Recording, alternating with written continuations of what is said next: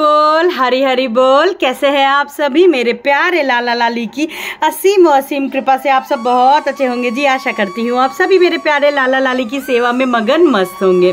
आज एक नया विषय और एक नई जानकारी लेकर के आप ही के प्रश्नों के उत्तर लेकर के आ गई हूँ। आप सभी का स्वागत है मेरे प्यारे लाला लाली के चैनल में, आप सभी के चैनल में लड्डू गोपाल लाडली डायरीज में जी। तो जन्माष्टमी हमारा महापर्व, मेरो लाला का लाली का महापर्व जन्माष्टमी बस बिल्कुल आने को ही है। बहुत सारे लोग लड्डू गोपाल को अपने घर, उनके घर लाना चाहते हैं, जिन्होंने इंतजार किया है कि हम जन्माष्टमी में लाएंगे, हम इस दिन लाएंगे, हम कब लेकर के आए लाला को, क्या अभी ले आए, कब लाएं, क्या उसी दिन लाना जरूरी होता है।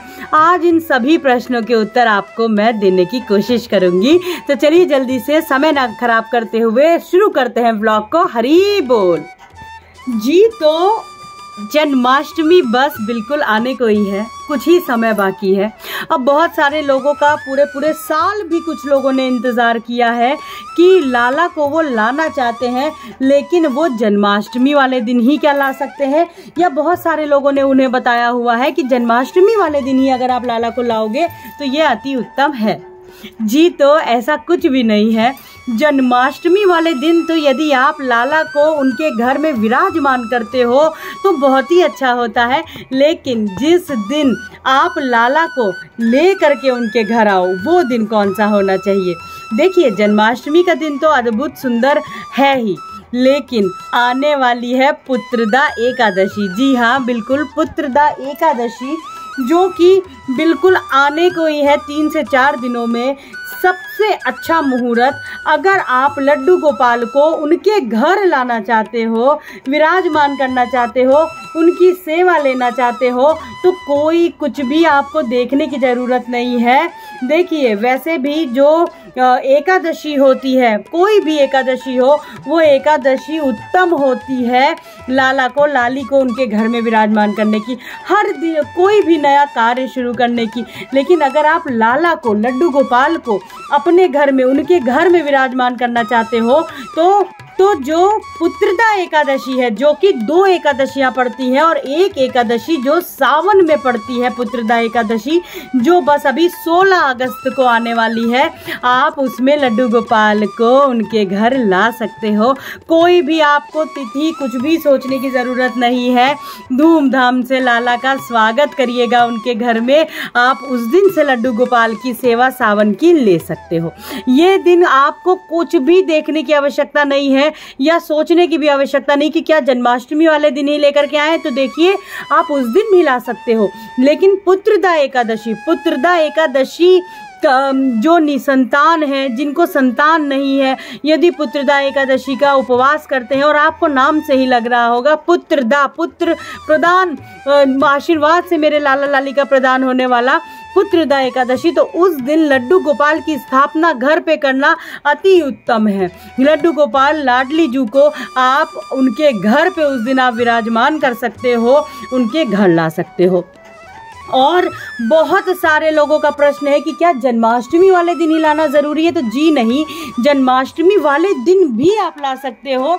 उस दिन तो मेरे प्यारे लाला का जन्मदिन है, आप उस दिन भी कर सकते हो। वो तो दिन अपने में उत्तम, क्या मैं शब्द भी नहीं है कि वो दिन तो क्या ही है।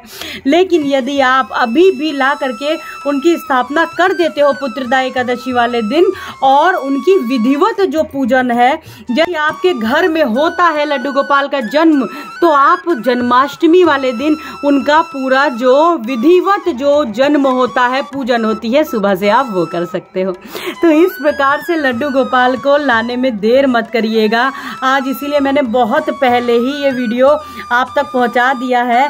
16 अगस्त को पुत्रदा एकादशी है, और लड्डू गोपाल लाडली जी को उनके घर में विराजमान करने का अति उत्तम दिन है।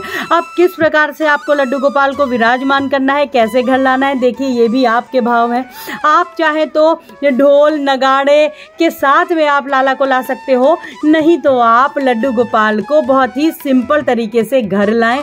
घर लाने के बाद में आप उनका गृह प्रवेश अवश्य करवाएं। अब भाई एकादशी है, इतना महान दिन है, अब गृह प्रवेश कैसे कराना है? जिस प्रकार से आप महालक्ष्मी माँ, जब आपके घर में नवविवाहिता आती है, आप उनका, क्योंकि वो लक्ष्मी माँ के ही स्वरूप को मान करके उनका गृह प्रवेश किया जाता है, तो साक्षात मेरे नारायण महालक्ष्मी माँ का बाल स्वरूप उनके घर, वो अपने घर विराजमान होंगे।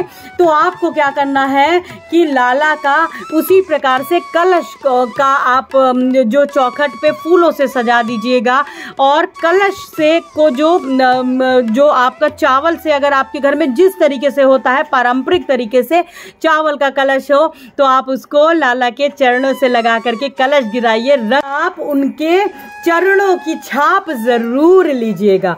जी हाँ, आलते से आप एक थाली में आलता भिगो करके आप उसमें लाला लाली के चरणों के छाप लीजिए, उनको विराजमान करिए और उत्सव बिल्कुल ऐसा करिए ना, देखिए 56 भोग ना सही 56 भाव ले आइए।